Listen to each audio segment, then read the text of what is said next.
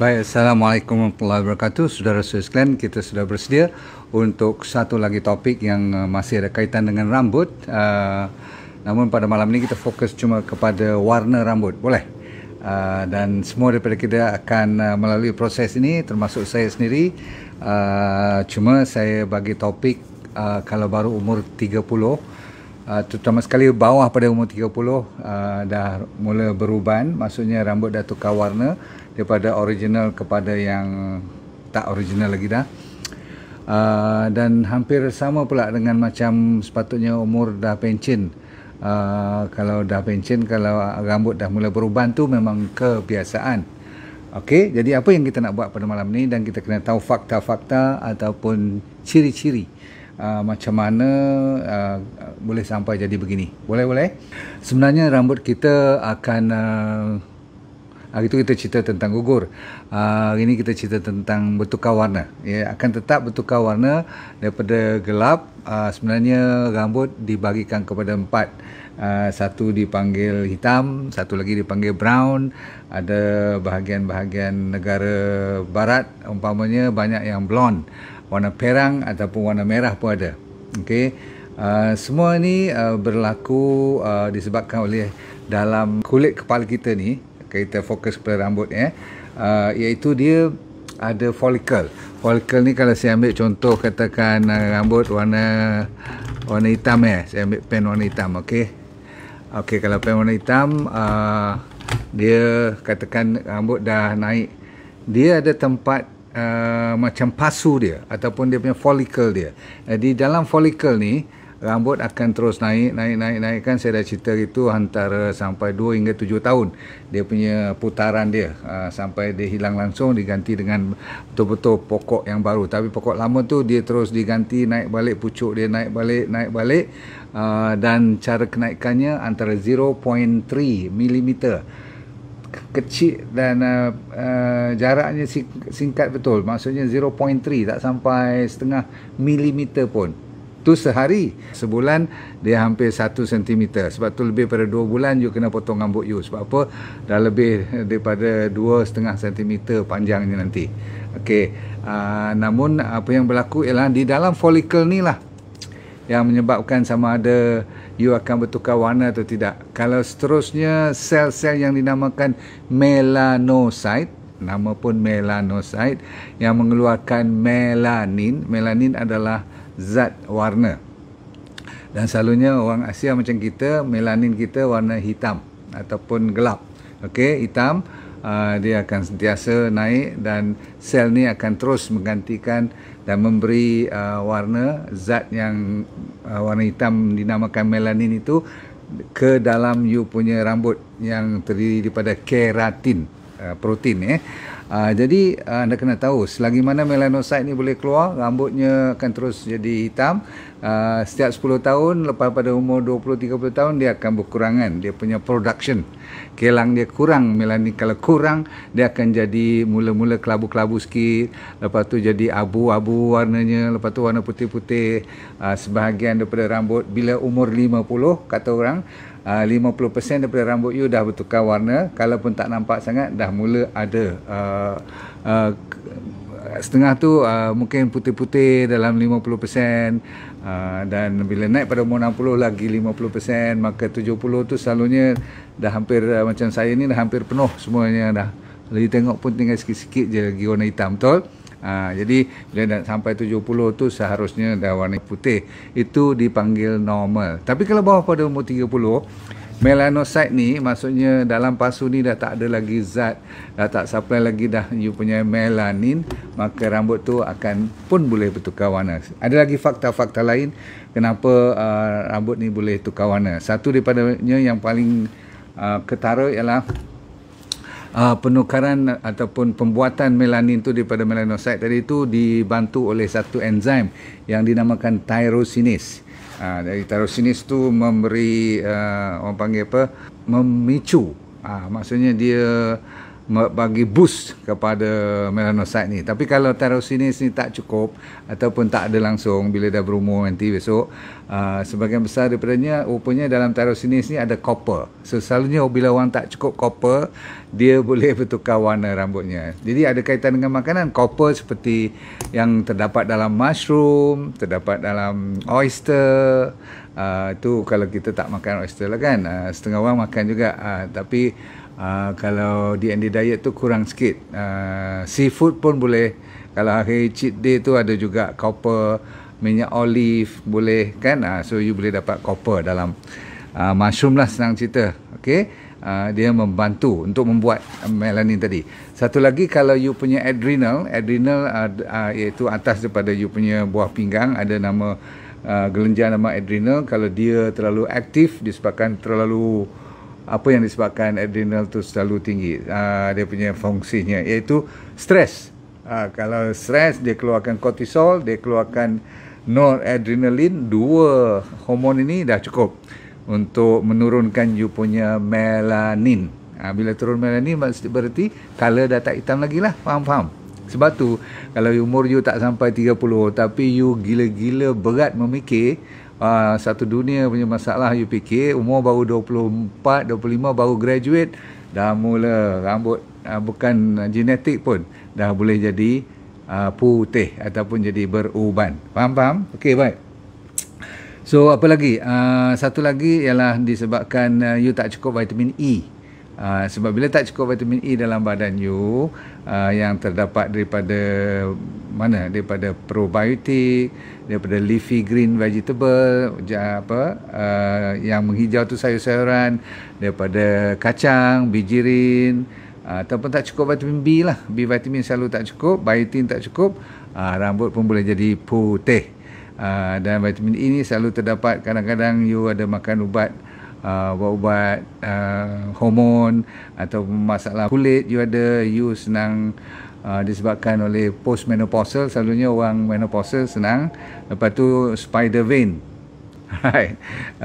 Spider vein atau wrinkle, masalah kedut-kedut ni sebab disebabkan you tak cukup vitamin E juga. Kalau tengok kedut, selalunya rambut pun dah mula bermasalah juga. Okey. Jarang makan carrot, jarang makan lettuce, benda-benda yang ada juga vitamin A. Okey, yang diperlukan ialah sekarang tiba masanya saya bagi tahu kenapa dulu, lepas tu kita buat apa yang kita perlu untuk bantu you supaya tidak kurang keyakinan. Maklum saja kalau kita terlalu rendah hormon ni ataupun masalah melanin ni, kita akan jadi putih pada umur peringkat awal. Setengah orang tu jadi keyakinan dirinya agak menurun sedikit. Saya nak bagi malam ni peluang untuk anda supaya bersemangat, insya-Allah boleh dibetulkan kalau peringkat awal lah. Baik, nombor satu ialah warna grey atau warna abu, warna lepas tu jadi putih ni, salah satu yang paling utama ialah daripada vitamin dan mineral yang tak cukup. Berarti daripada makanan. Ramai orang tak cukup B6, B12 terutama sekali. Lepas tu biotin, ramai orang tak cukup. Vitamin D tu mustahak, vitamin E, vitamin C. Lepas tu lagi sekali untuk rambut, zinc dengan copper ni very important. Baik. Of course bagi mereka yang ada masalah anemia pun rambut boleh bukan kata luruh saja, boleh tukar warna. Of course mereka yang selalu dapat rawatan kemoterapi, yang selalu makan ubat-ubat daripada doktor bagi berbulan-bulan, bertahun-tahun, rambut selalunya akan bertukar warna cepat. Terutama sekali kalau tengok orang diabetik, orang high kolesterol, orang yang high blood pressure, senang. Sebab apa? Dia terlalu bukan kerap hari-hari dia makan ubat. Baik, lepas tu jangan lupa pada B12, very very important. Omega 3 pun ramai orang tak cukup. Tadi vitamin D, sekarang omega 3. Nasib baik kita ada recommend pada you all kan. You dah pernah dengar omega 3 dan vitamin D. Baik, sambung. Ramai yang tak cukup probiotik, makanan untuk bakteria. Barang dia ingat bakteria adalah pembuat vitamin B, terutama sekali vitamin B12 tu. Jaga baik-baik. Maka kalau bakteria tak dijaga elok dengan probiotik, maksudnya makanan yang berserat, rugi sangat. Sebab tu kita supply juga dinamakan fiber up tu untuk mereka yang malas nak makan benda-benda yang berserat. termasuklah buah-buahan, sayur-sayuran, ulam. Baik. Seterusnya ialah fakta genetik. Kalau you tengok atuk you, kalaupun bapa mak you semua rambut penuh, tapi maksudnya rambut tak putih, tapi atuk you awal-awal lagi you nampak dia dah beruban dan sebagainya, boleh turun kepada you. So masalah genetik ni dia boleh turun kepada you daripada kalau you miss 2 level pun, asal usul kalau atuk you cerita bapa dia atau mak dia banyak uban, you jangan nak terkejut pula kalau you pun bermasalah.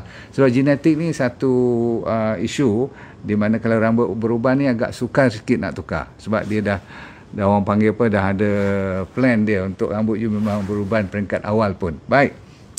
Selalunya dia orang boleh tahu kalau di overseas tu dia boleh check ada satu genetic factor yang dinamakan IRF4. Dah dikenal pasti kromosom 6 ni adalah sains dia. Dia dapat tahu benda tu nampak dalam you punya sel. Kalaupun you masih muda, dia tahu tak lama lagi you kena siap cat rambut banyak sikit. Sebab you muda-muda dah ada rambut putih. Baik. Tadi saya cerita dah awal-awal lagi tentang stres. Lagi sekali saya nak kenal pasti bahawa anda semua faham stres adalah merupakan punca utama sebenarnya. So selagi mana stres tak diselesaikan, susah nak hitamkan balik rambut kalaupun you baru umur 32, 35. Tetapi kalau boleh, dia boleh patah balik insya-Allah. Kalau bukan genetik ya. So masalah pollution, kalau tempat tinggal tu banyak sangat pencemaran alam, naturally alami you semuanya banyak asap, banyak bau, banyak tempat-tempat buang sampah, tolong. Okey. Dan ada orang kata sampai peringkat hati pun.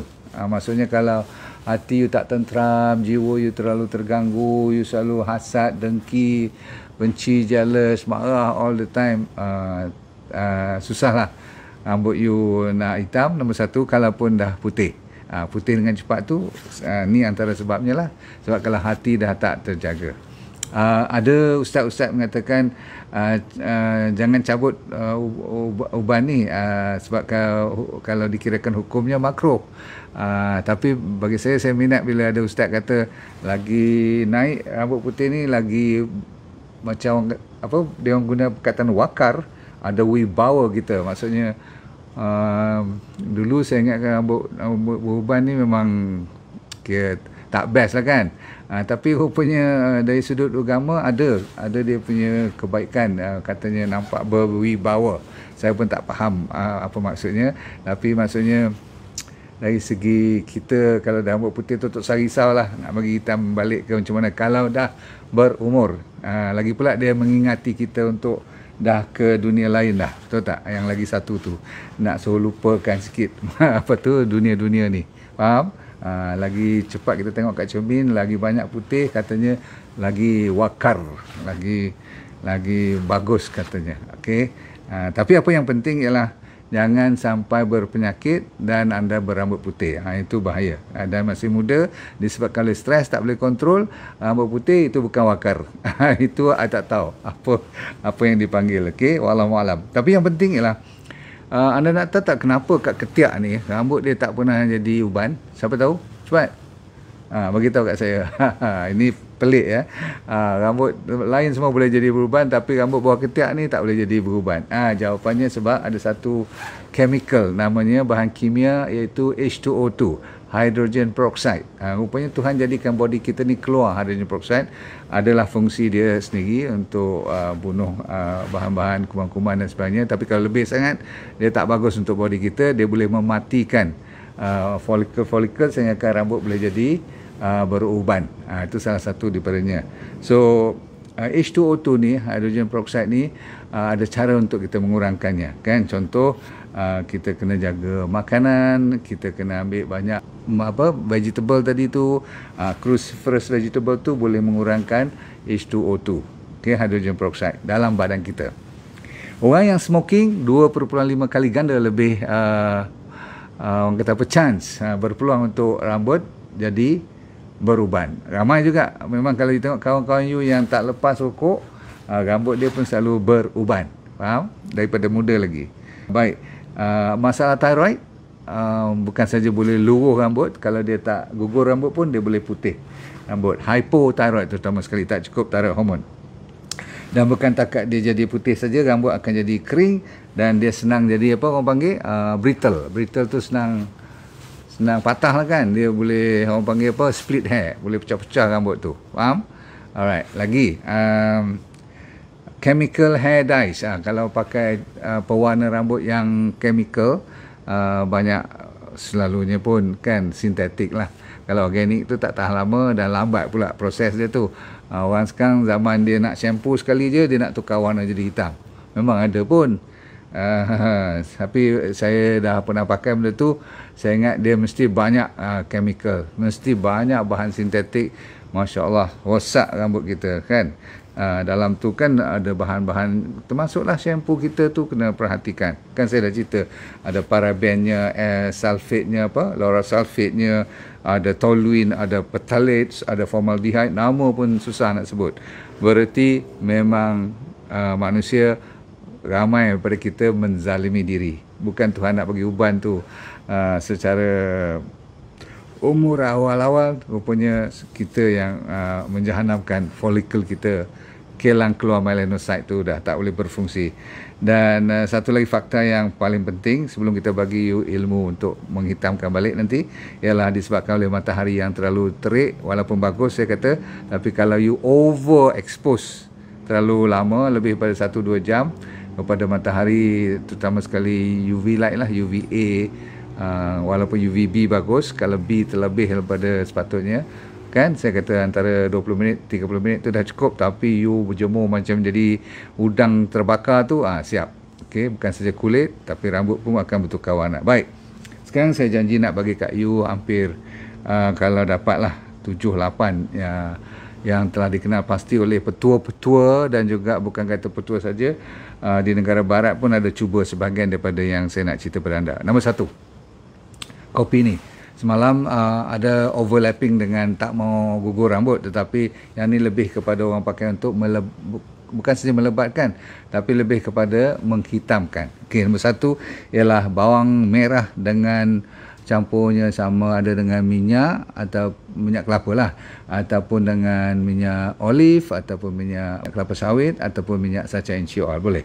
Rasionya bawang merah tu setelah dipotong elok-elok, bawang besar, bawang merah pun boleh, yang merah lah kan, dipotong-potong. Nak blend pun blend, tapi diproses sehingga kan boleh keluar air, jus bawang merah tu. So you masuk sama banyak, 1:1 ratio.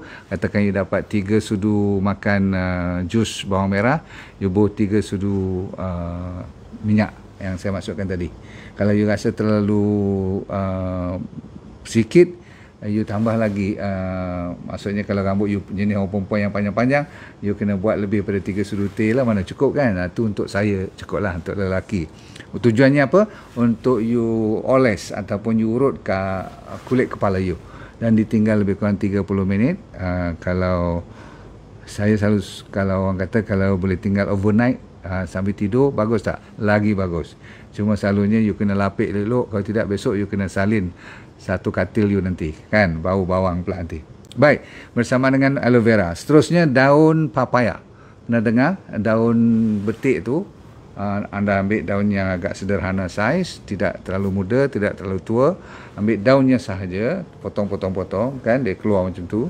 Lepas tu you potong sederhana saiz, you rebus dia lebih kurang selembar cukup. Dan ambil 2 atau 3 cawan air cukup. Okey, tujuannya apa? You nak rebus daun papaya ni untuk you dapatkan air macam teh tu, tapi bukan minum. You massage rambut you juga. Faham? Okey, baik.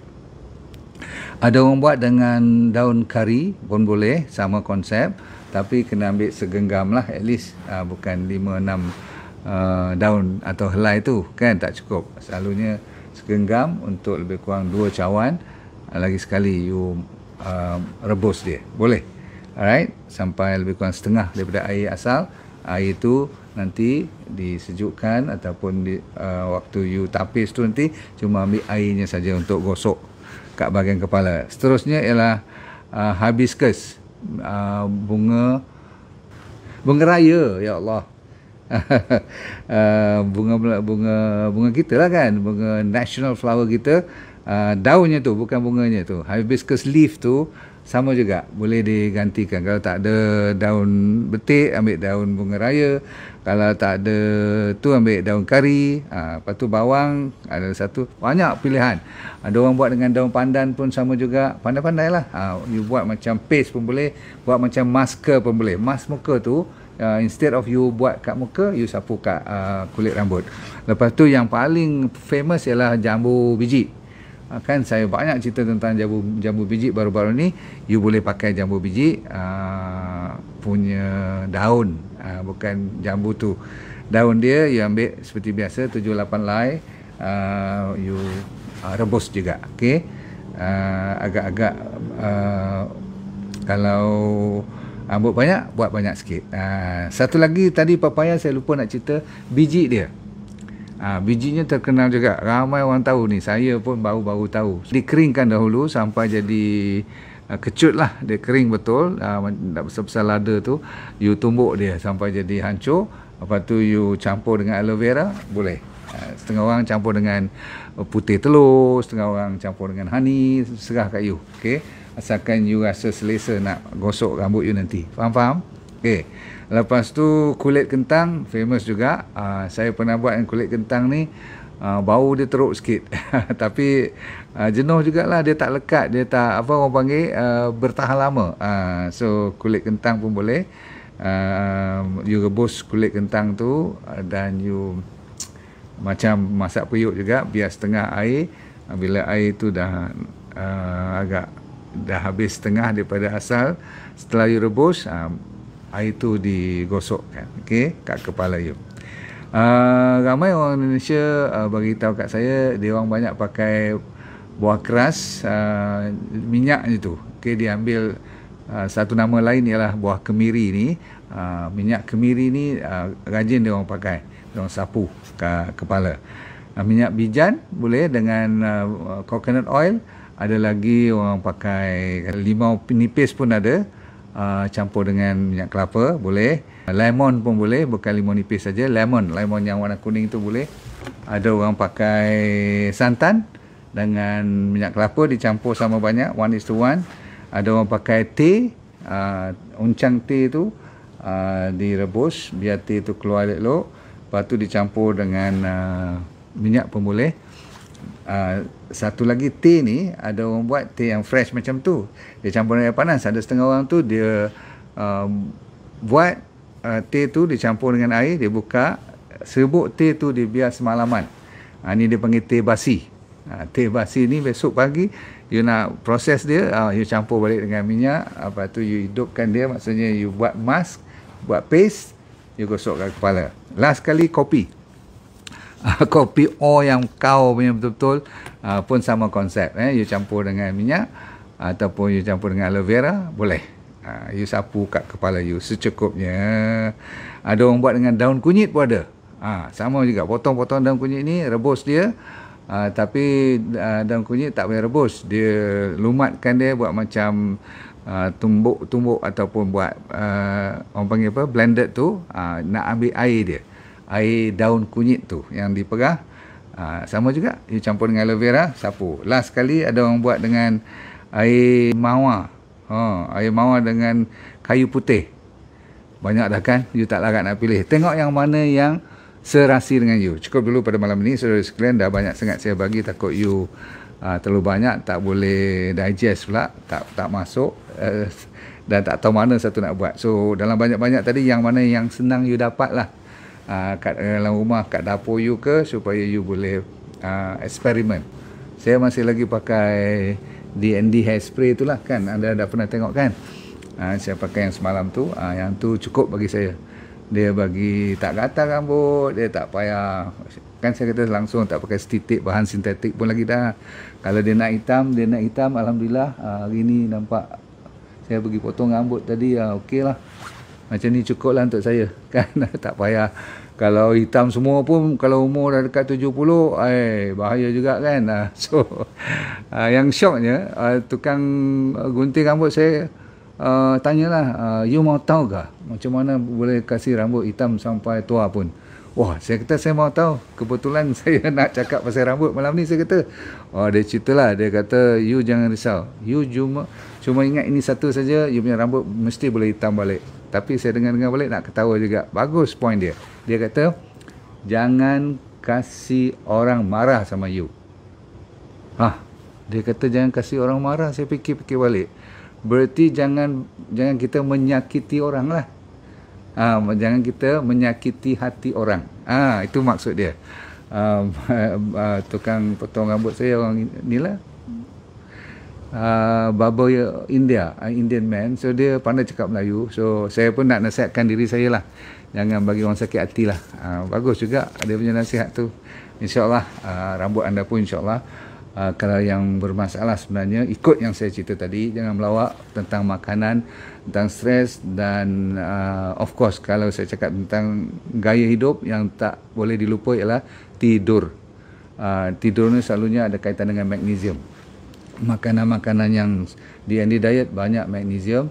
Hari-hari libur, maksudnya hari you nak, orang panggil treat day tu, hari you nak break you punya program di Andy Diet tu, seminggu sekali 2 kan, carilah telur sebab dia bagus juga. Carilah kalau ada ikan yang bersih. Saya pun tak tahu kat mana nak cari kat you, tapi takat telur tu masih dibenarkan lagi. Boleh. Okay, cukup dulu pada malam ini. Saya bertemu anda di waktu yang terdekat. Jangan lupa untuk pastikan hidup anda itu dunia bahagia, akhirat syurga, dan sentiasalah let go and feel good all the time. Terima kasih, jumpa lagi. Okay. Baik, saya mencari cuma 20 orang saja yang kali ini untuk saya buat kelas demi kelas, untuk saya mengajar dia jadi dropshipper saya. Saya punya trainer, saya dah ajar di mereka untuk train you all tanpa modal langsung, yang perlu cuma handphone dan jari yang masih boleh bergerak. Kalau itu ada, you dah boleh berniaga tanpa modal, tanpa risiko apa-apa. Sama ada you bekerja boleh buat part time ataupun full time suri rumah tangga, no problem. Dengan syarat you kena rajin sedikitlah belajar dan ikut apa yang kita tunjukkan, sebab semuanya dibuat secara percuma. So kalau nak dari antara 5 hingga 10 ribu tu, orang kata apa, senang-senang aja kalau you buat betul-betul. Okay, nak lebih pun boleh, tak ada masalah. Nanti kita pelan-pelan akan ajar you, dan yang penting you sign up dulu secepat mungkin. Cuma 20 yang pertama saja, okey?